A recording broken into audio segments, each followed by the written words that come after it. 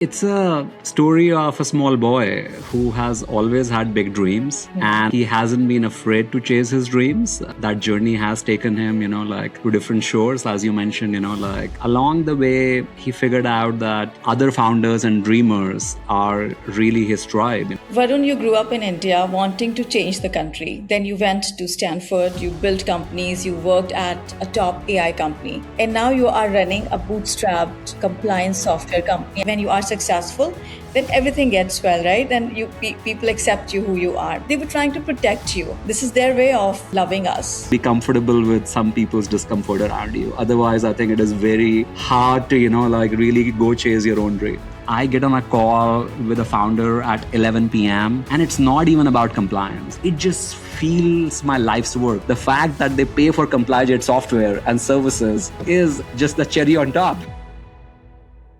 Big dreams don't come quietly. They demand risk. They demand fire. They demand transformation. Welcome to The Corporate Life, Billion-Dollar Conversations. Hosted by Hina Siddiqui, CEO and founder of Corporate Influence Media, creator of Capital Stage Credibility Positioning, 4-time Global Award winner, featured across more than 700 global outlets, and heard in 94 countries. Join us as we sit with tech CEOs, multi-million-dollar entrepreneurs, and leading investors, the people building what's next. Here, success isn't a headline. It's a human story. The turning points, reinventions, failures, breakthroughs, and bold decisions that change everything. Because every life is a movie, and you're the star of yours.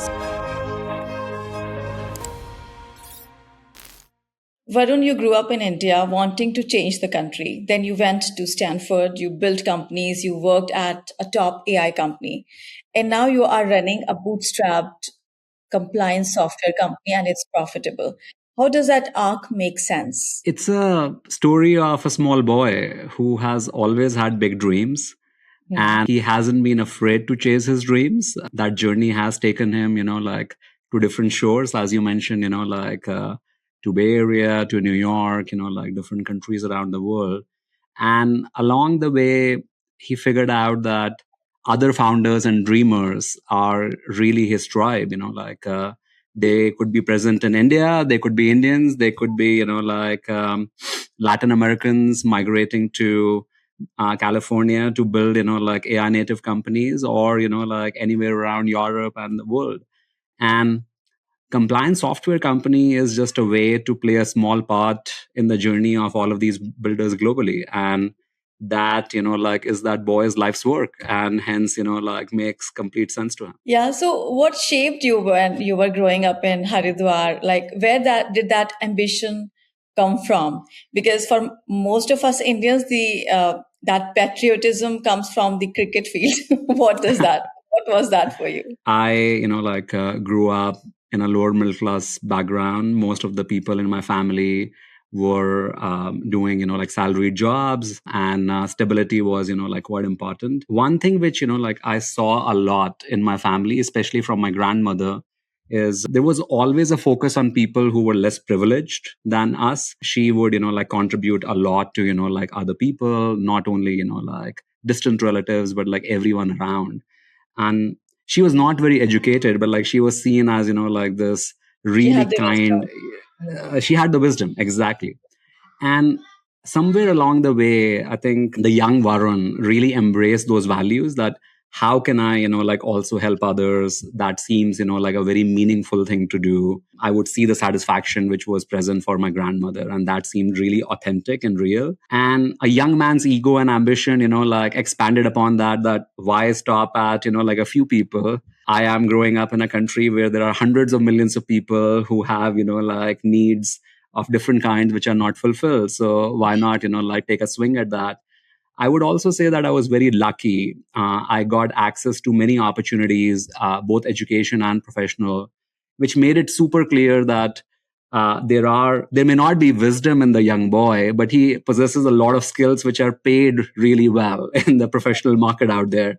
And hence, money is not going to be a problem, which I think really unlocked this desire to, go after the dream in a really big way. Yeah. It's very interesting you said that because when we grow up in a family which is not very privileged, where we don't see a lot of money around, and where the people who are around us are also not very rich, and then it's very natural also to get that dream, like, to have that uh, desire to have money and to bring all those things that we could not get to the future generations, and in fact do things for our parents. And the challenge is that how do you change that money mindset, Mhm. that mindset that for example, coming from a safe background where everybody was in a safe job, and obviously our parents and people around us expect us to do the same, to live the same kind of life. And when somebody in the family tries some entrepreneurship or anything that is uh, not like seen by a lot of people in that family, you feel and you face some resistance, like, some maybe judgment, some warning. So did you experience anything of that? I have experienced it, like throughout my career. Okay. ComplyJet, like which I'm building now, is the third time, like I'm building a company. And Wow. every single time, like my aunts and uncles, like have the same refrain that, oh, like this one was, like the promising one of the family. He went to IIT, he went to Stanford, and, like he can't hold a stable, well paying job. They were super happy that, like I was working in this really famous enterprise AI company. They did not know what the company did, but they knew that it paid really well. It was Right. headquartered in California, and like some really smart people worked there. And they Yes. were so excited that, like Varun has been able to hold on to a job for, like 4 years. Like that is unheard of. And so you're right. I think it is important to see the values, like for what they are.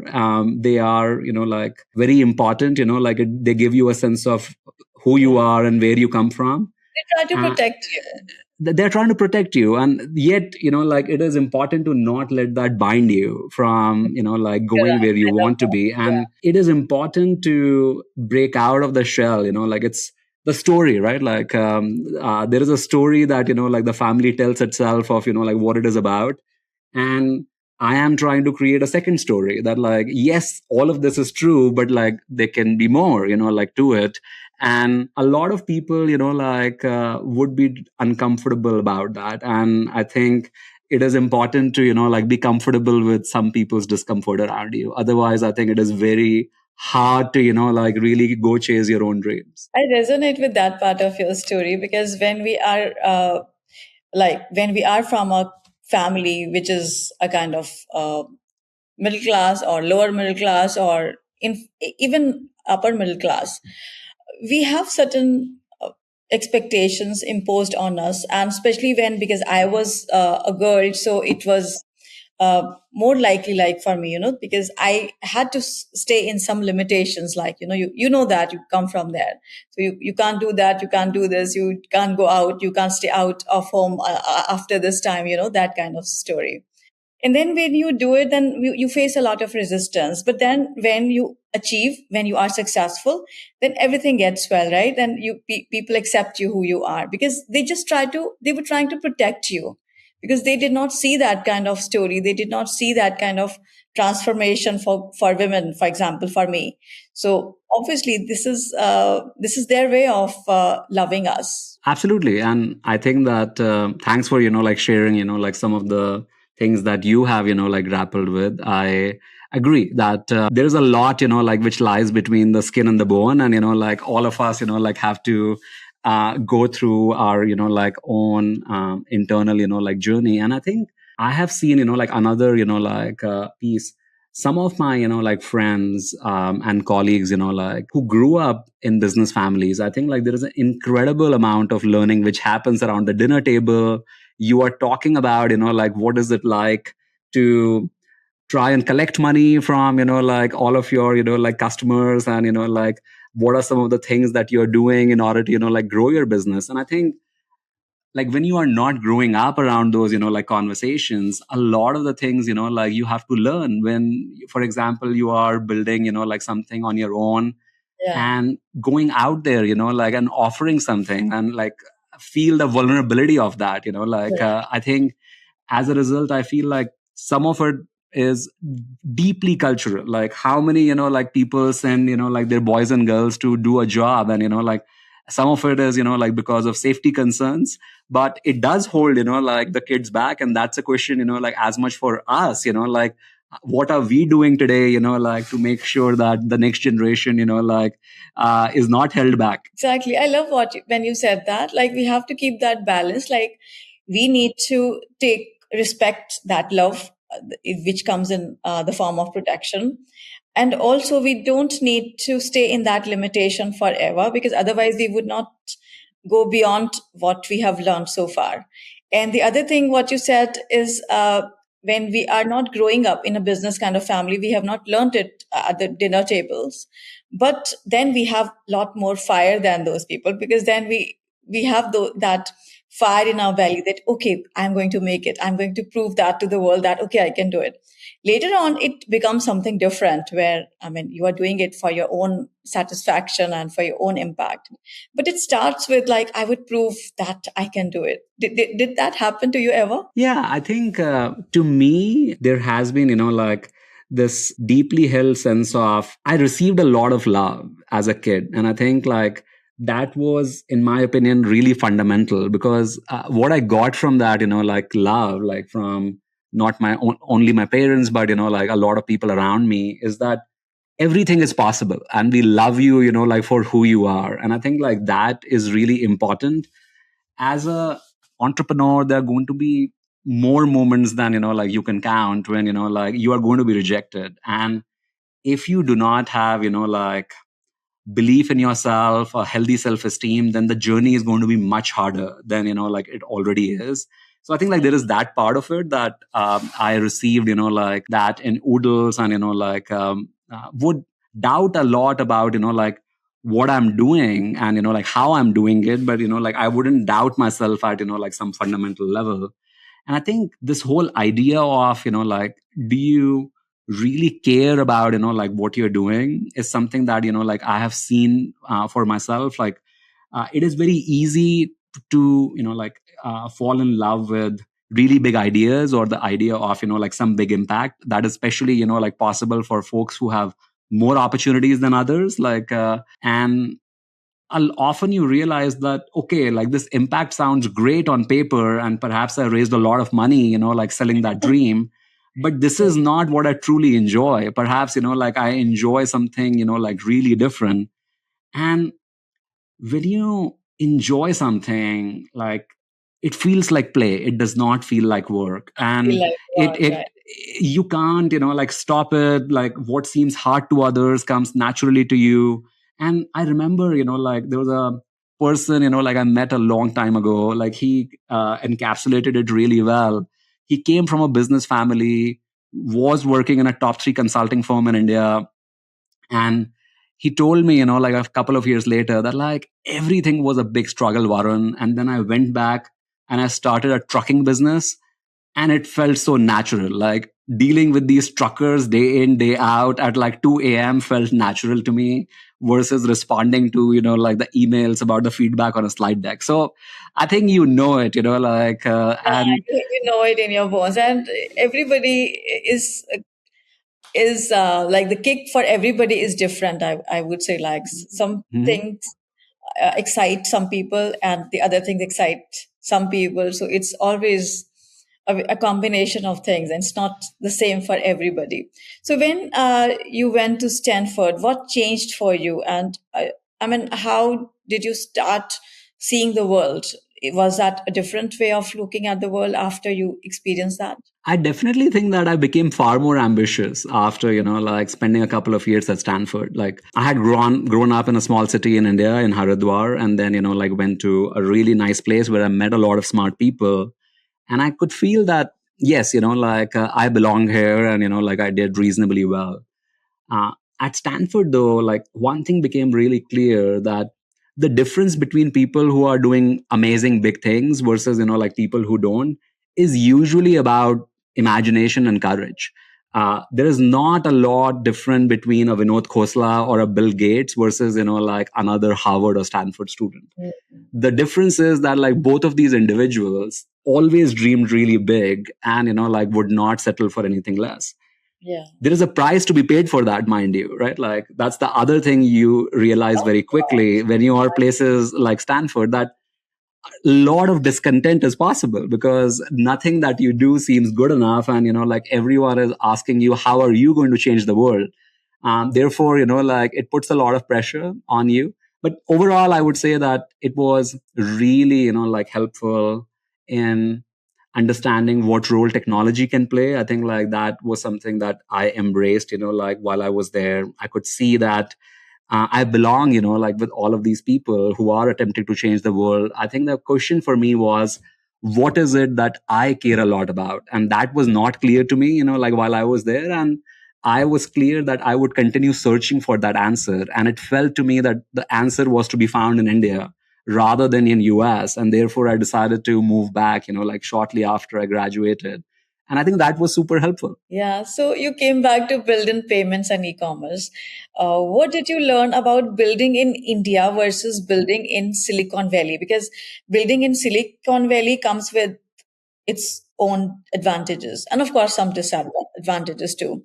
And in India, building, because I also come from there, so I know that building in India, it comes with a set of challenges. But then there must be some advantages as well. So what do you say about that? I think the ecosystem, like in India has matured really nicely over, like the last, 15 years when I, like came back. The main, like thing I observed was there was a lack of trust in Silicon Valley. Like I would see that, like people would help each other out, like very freely. Like there was a sense of, I have been helped by, like hundreds of people and I would love to, like help five other people. That, like took some time. Like I was incredibly lucky. I found a lot of people, like who were helpful as well. You could see that, like in the interactions with, like between builders and people who had capital. In Silicon Valley, people, like who had capital respected people with ideas immensely because, like there was this well understood notion that like ultimately the people with, like ideas, they are going to go out and build stuff and, like the custodians of capital will support them on their journey. Whereas the folks in India, like at least 15 years ago, it felt like I'm holding the purse strings and I'm going to dictate a lot about how you're going to go about, like building your thing. I think the other piece, like which was very clear is that this is, like back when the smartphone adoption, like wasn't very high and, like it was starting to take off. Therefore, when I was, like building an e-commerce, for example, I remember I was the lead, like product manager for Myntra, which was one of the e-commerce, like apps for Oh, yeah. fashion.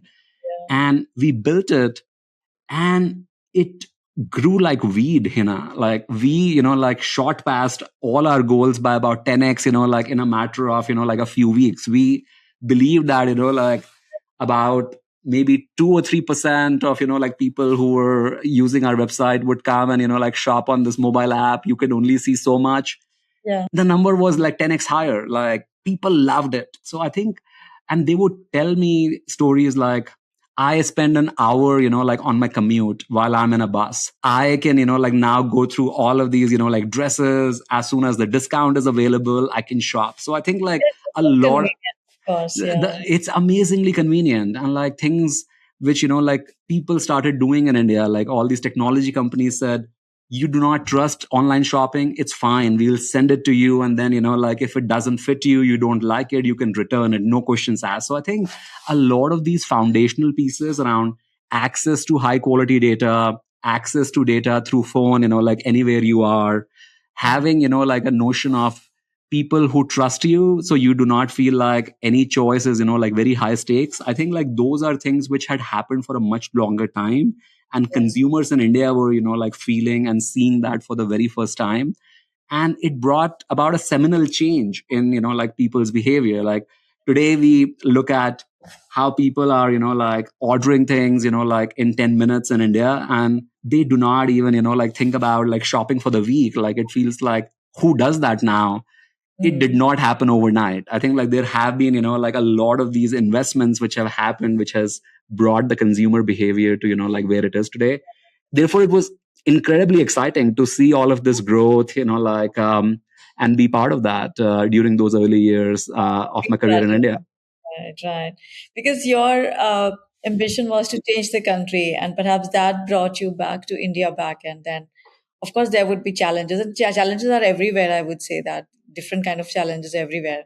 But when you have that desire to change something in your own country, then you can easily take on those challenges. Yeah, I think having a deep sense of connection with Mm. people is incredibly important. And we were talking about how, it can happen, like across different communities, but coming back to a community that you're deeply familiar with, you understand their desires, and how they think about, things is very important. For example, having access to a high quality, fashionable dress in a small part of India, Like which did Haridwar, not like like Haridwar, yeah, like some other small place.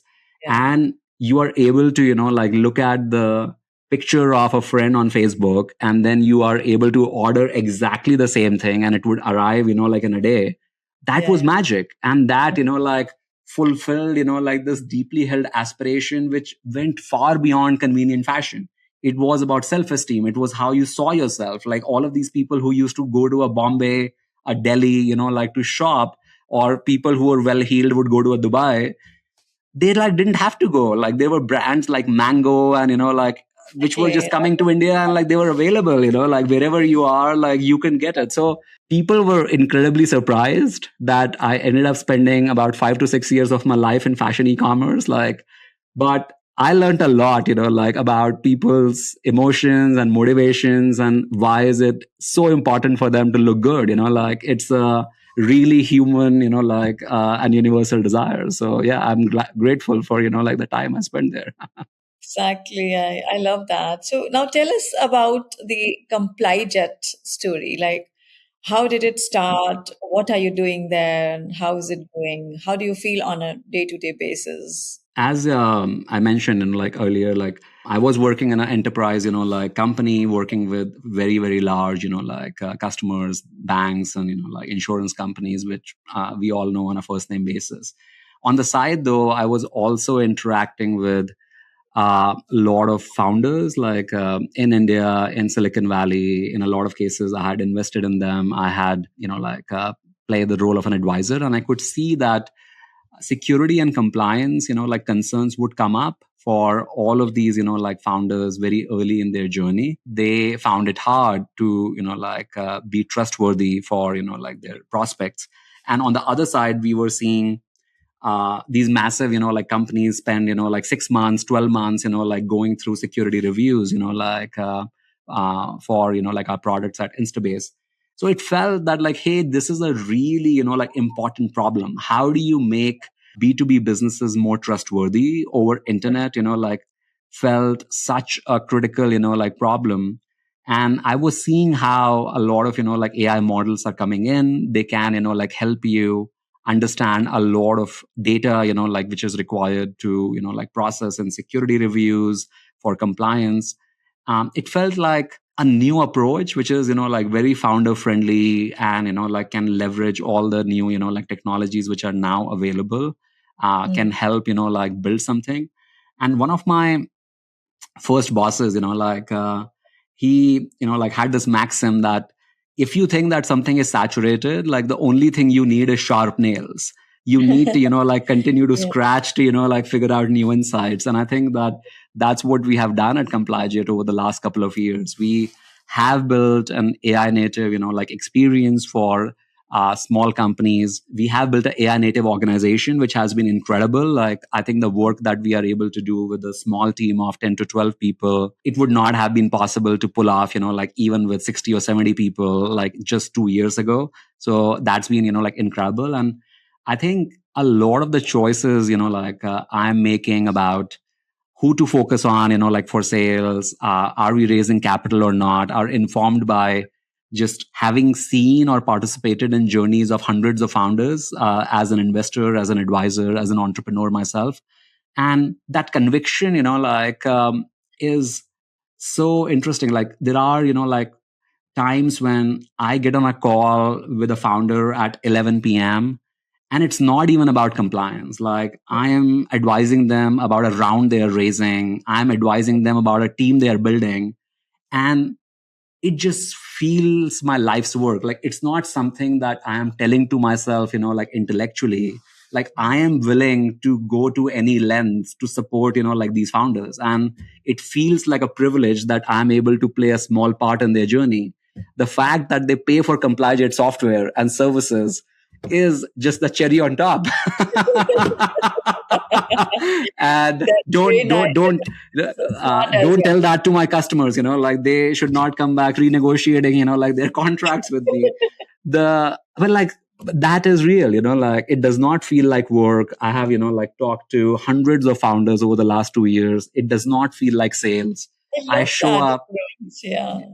Yeah. It's very interesting. Like when you're talking about everything else that they have as a problems, and then you're solving their problems, and then if you are not even selling what you are making, still they would buy because they trust you at that point. So this is a beautiful strategy as well. I mean, I'm not saying that it's your strategy, but then it is a nice one. Like it's a nice way to impact people in a brilliant way. And I actually think that, like we are in the trust business. Like we fundamentally, like have to come across, like as a trustworthy brand. But if you really like zoom out and, like this is where, like I also love your work, Hina, what you do with, like a lot of people, that when software building becomes easy, then you really have to own your story and the narrative, because otherwise it is really, really hard, like for people to make any choices. Like I tell this to my team, and, like sometimes I get into a lot of trouble with my engineers about this. I tell them, imagine that, like a mom enters Costco and there are, like 20 brands of cereal out there. How are you going to be the cereal box that gets picked up? And, like, I tell them, they're like, we are in that business. Like, we have made the cereal box. Now, it is really important that we get noticed and, like, we are the ones, like, who our buyer, like, pays attention to. And how do we ensure that? I think, like, people talk a lot about tactics, and there is a lot of conversation about, like, how is AI changing search and all of that. But I think the crux of the matter is that you have to own your narrative. You have to tell your story really effectively. Otherwise, it is just impossible It is to. impossible. Exactly. This is what we do at corporate influence media. Is like when we talk about the narrative, it's so important. Like, what exactly is it that you are about? It has to be an authentic story, not a build up something like which is built for media. Not for that. It needs to be about what is your authentic story. What is actually coming? Like, for example, your story is you come from Rishikesh, Haridwar. I mean that part of the world, and then you build something in the US, and then you came back with your roots. This is a powerful story. I mean, and this is so authentic and this is so true. So, one lesson that I can draw from whatever you're talking about right now is for the people is that be genuinely interested in people. That is important. Than just think transactional, like that okay, you reach out to somebody, you want them to buy your product or whatever you're offering. But when you're genuinely interested in people, then you automatically earn their trust. Then definitely they would invest in whatever you are offering. Absolutely. And I think I would also add that, like, pay a lot of attention to your own energy. Like, see the things that, like provide you more energy. Like some people, and that I think is a great signal for what, like can be, like your life's work. Like the journey is really long, and sometimes the rewards do not show up on time, or they don't show up at all. And I think it is really important. At some point in time they will. Mhm. It's like karma, we call it, right? I so much believe in that. Like nothing goes in vain, like, nothing is wasted. Everything comes back in its own time, in its own right. I believe that. Like, I think that that's one of the things that at least I have seen, like happen so many times, that I have received so much kindness and grace, like from people that it feels that there is no other reason, like if you open up to universe and, like you try to be kind, then, like you receive that back, like manifold. Exactly. So in the world where everybody is raising, why did you choose to stay bootstrapped? Well, our, like clear thesis was that let's like see if there is a business to be built here, and then like we will understand its capital needs. I like was able to invest some of my own capital, and we were like very frugal. Like we built a small prototype and went and talked to like people who were complete strangers. Like I would strongly advise any founder out there, do not ask friends and family for feedback. Like they're just too nice on you.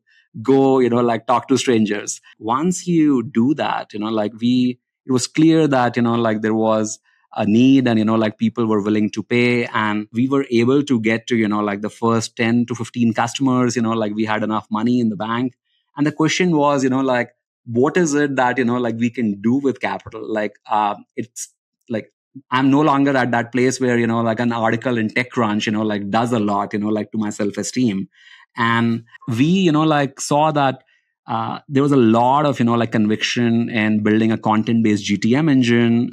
There were like things that we were able to do with a very small team, and we decided to like max out on optionality. That let's see like where we go, and we have been growing like really well over the last like 3 quarters. Very profitable. Like I have to like keep thinking about how are we investing our cash flow, and it allows you to manage your like business in a way which is just not possible once you raise like capital. I think there is, you have to go for the like fences when you are like raising preferred capital from venture capitalists. And I think like that's definitely like a great idea when like the space that you are like in allows for like a massive outcome, and you believe that like it is possible for you to be like number one or number two in that space. And don't get me wrong, we are incredibly ambitious people. Like we do want to like continue building and like go for like massive like outcomes. Right now we believe that like our customers revenue and cash flow is the best way to like invest in that growth, and the constraints which come with it actually allow for really clear decision making. We do not like hire people until we can. Like when we hire, every hire is very intentional. So we love it. Like as Jack Ma like used to say like a lot, that people do not die of starvation, they die like of feeding too much. And in my experience that has been true. Yeah. So yeah, I like that point. And recently I was recording with somebody and we talked about this, that like when you have a lot of money, you can make mistakes. But when you have less, then you can't afford to make more mistakes. Like you cannot afford to make mistakes. So this is basically a blessing in disguise, that you don't have money. So now you need to be really, really strategic. You need to be really, really smart with whatever you have with your resources.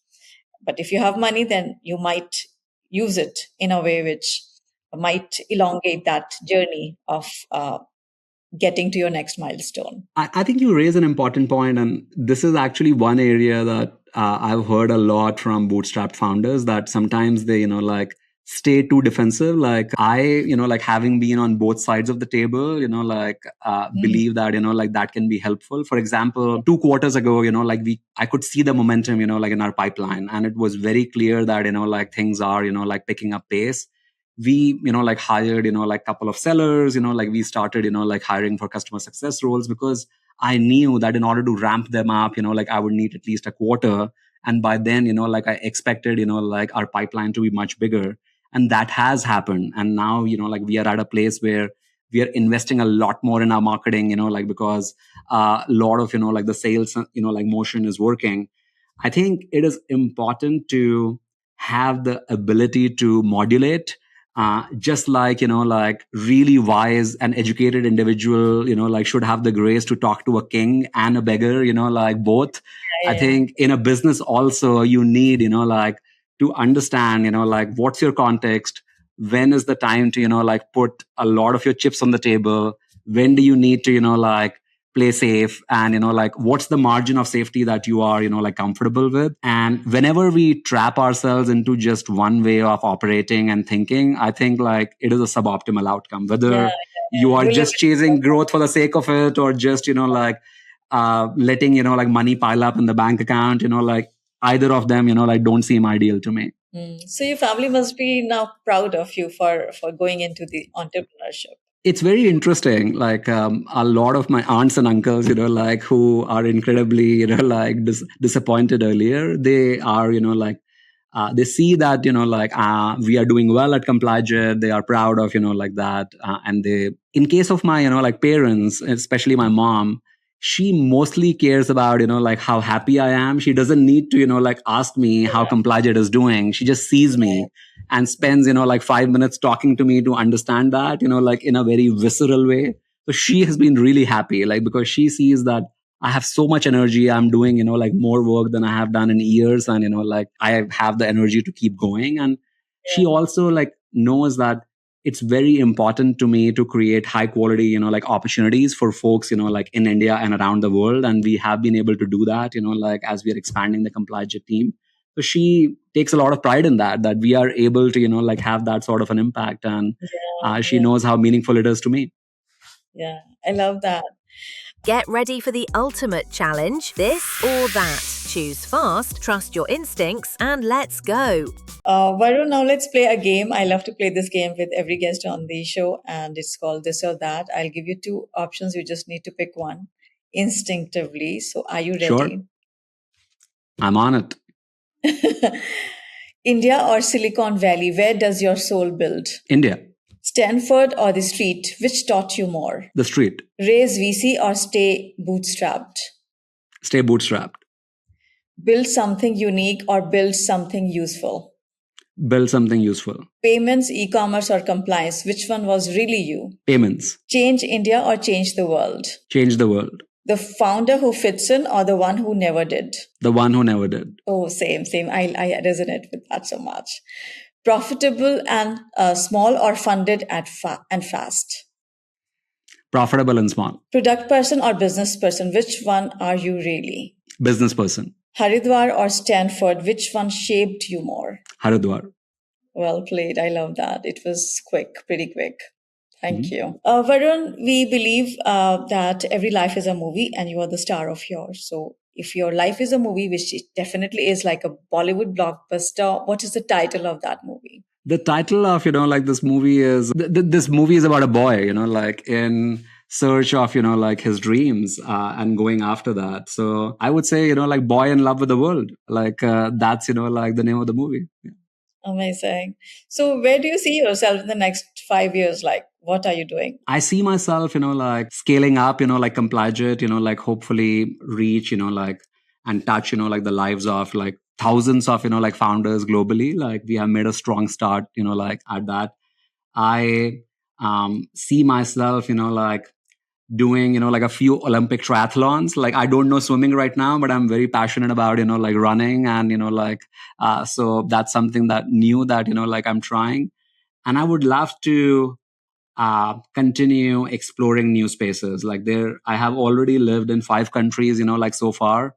And even though, like my heart, like belongs in India, like, I love, like living in different places and experiencing them. So I'm pretty certain that I would be living in a, like different place and experiencing that with my family. Amazing. So for those of people who would like to follow the rest of your movie, how can they do that? You can, like visit us at ComplyJet.com to know more about, like us. You can, like visit my, like social on LinkedIn, and we would, like share that, like information with this podcast episode. Those are the best places to follow, like our work and what we are doing. Thank you, Varun. It was a fun conversation. I thoroughly enjoyed it. Loved it. Thank you so much for having me, Hina. I really enjoyed it too. This is The Corporate Life. More stories, more insight, more truth. Until the next episode, stay curious. Don't forget to subscribe.